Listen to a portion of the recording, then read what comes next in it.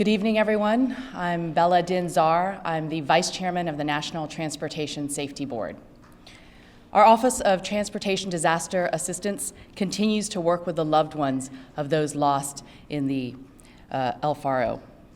And I want to again extend our sincere condolences to all of those who have been affected by this tragic accident, to the families and friends of the victims. I know that some questions have surfaced about who can provide information related to the NTSB's accident investigation.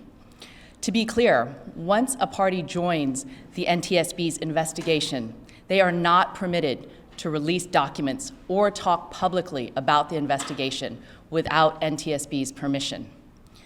Rest assured that all of our parties are complying with that requirement, and they are cooperating fully with the NTSB investigators in helping to gather the facts.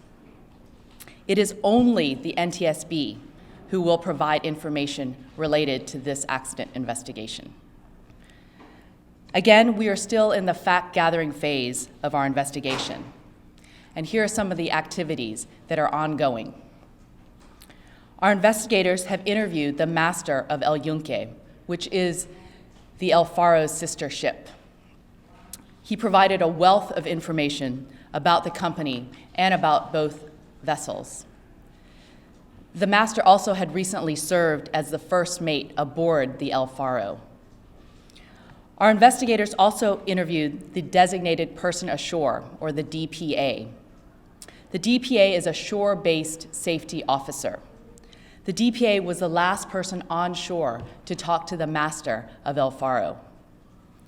The master left a voicemail message for the DPA at approximately 7 a.m. on October 1st.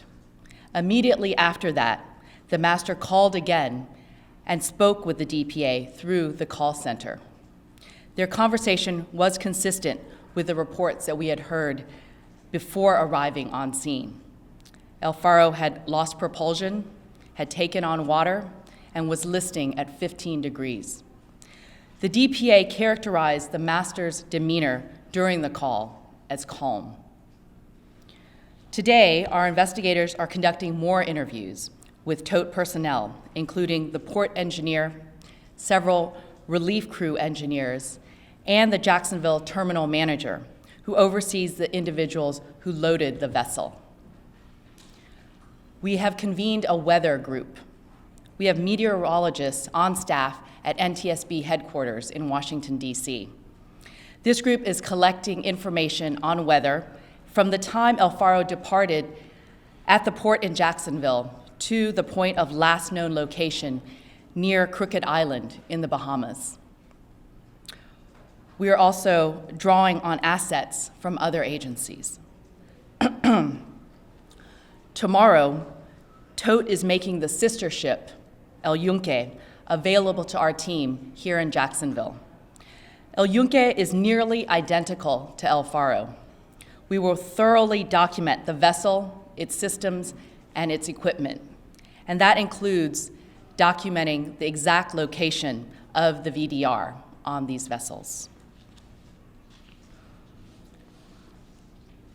On behalf of the NTSB, the U.S. Navy is to commence a search for El Faro.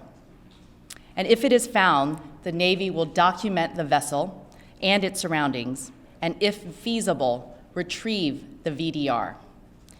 Each phase of this search, documentation, and evidence recovery operation is complex, and it hinges on technical assessments that are made at each phase. The time frame of the beginning of this on-scene operation is dependent on several factors, such as weather, but would likely begin within the next several weeks. We thank the U.S. Navy for their support in this accident investigation, and our two agencies are engaged in productive discussion regularly about this work. And we also wish to thank all the parties for their cooperation. Our teams continue to work around the clock to gather the facts. As a reminder, if the public has relevant information for the investigation, you can email us at eyewitnessreport@ntsb.gov. This will be our final on-scene briefing. However, the on-scene investigation here in Jacksonville and other locations will continue. We also have a team in Washington providing assistance to this investigation. Additional media updates will be provided via press release from our headquarters in Washington. You can reach our Office of Public Affairs in Washington at 202-314-6100, or you can reach Peter Knudsen by email at peter.knudsen, KNUDSON, @ntsb.gov.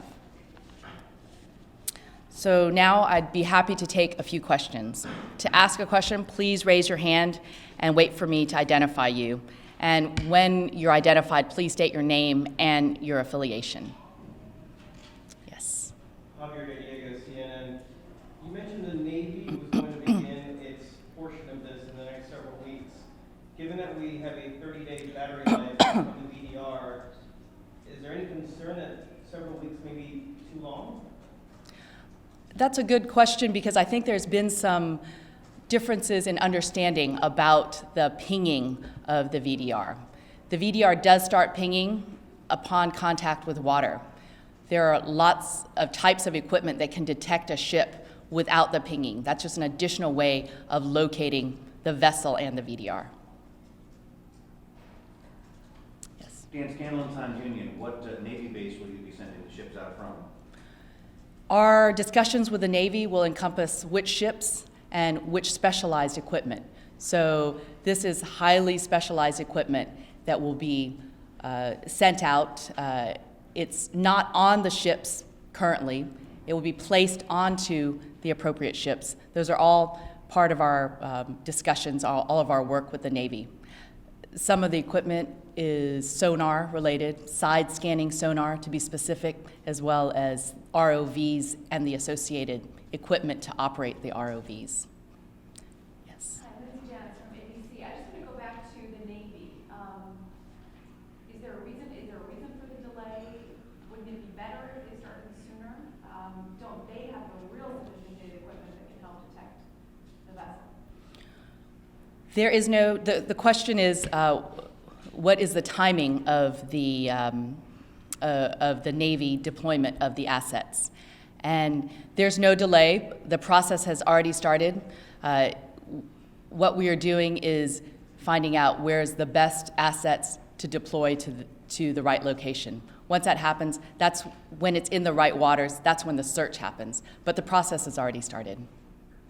Yes. Catherine from Action News here in Jacksonville. Can you say anything about the conversations you've had with the master of the LUK and his conversations back and forth with those on El Faro and what you've determined from them so far? Did they seem concerned on El Faro? So the question is, what have been the nature of our conversations with the master of El Yunque? We talked with the master of El Yunque for hours, and in this case, we may speak with or interview the master and other people again, so there's a whole process of the interviews.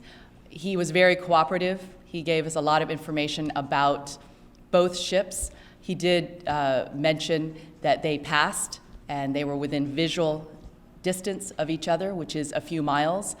We don't release all of the specifics of the conversation, of the interview, until we've compiled all the information, so that we'll be conducting other interviews as well. But all of this, so that you know, will be available as transcripts before the report is issued. So this is all part of our open docket.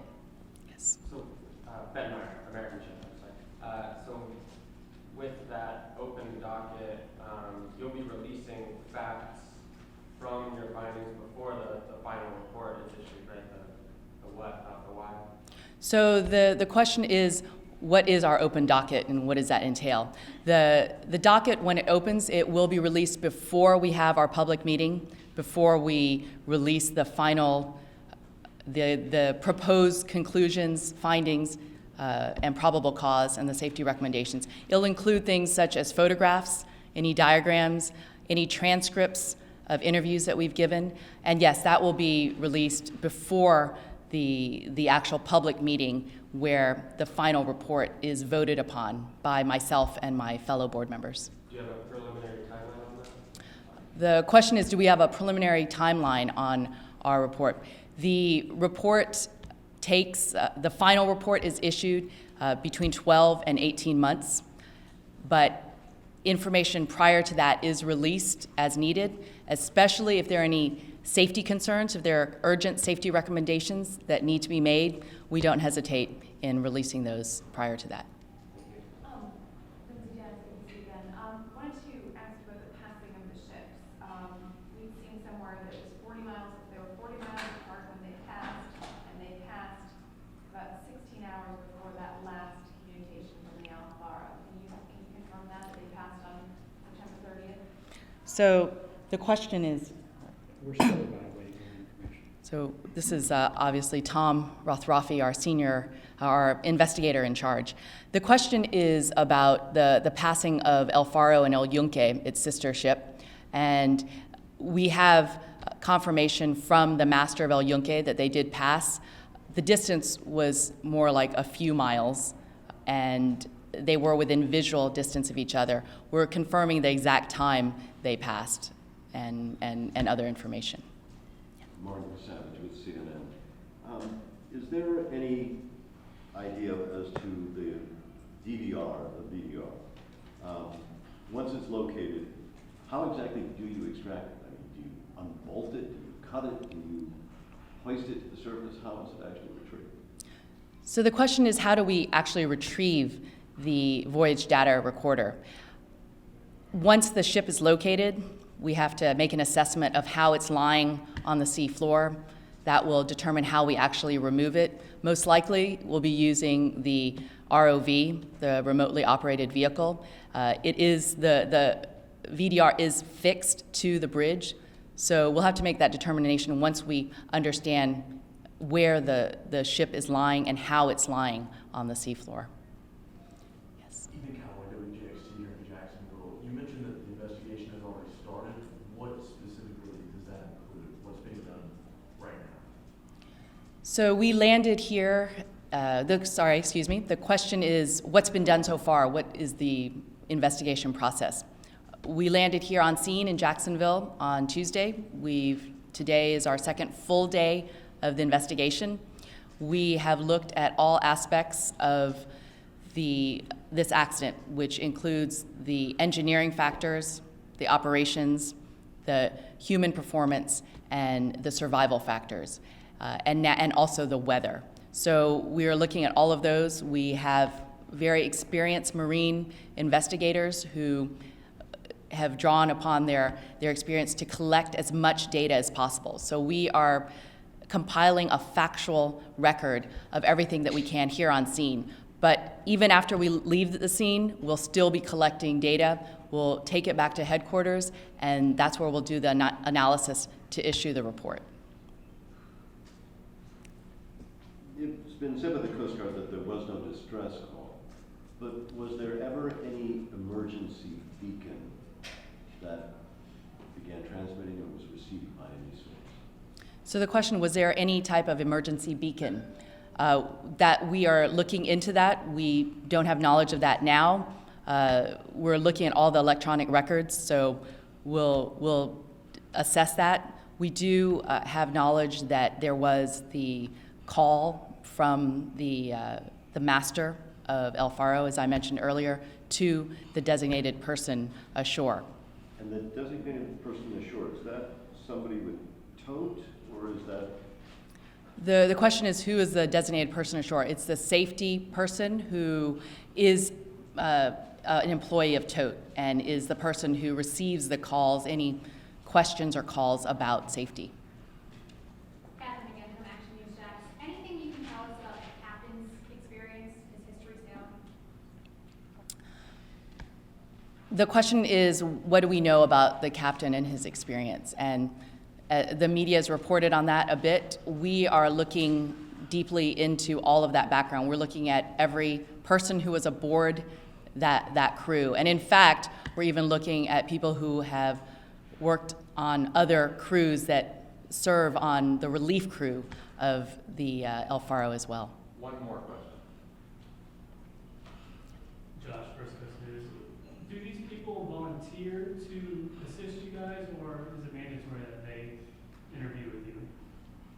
So the question is, do people volunteer to be interviewed?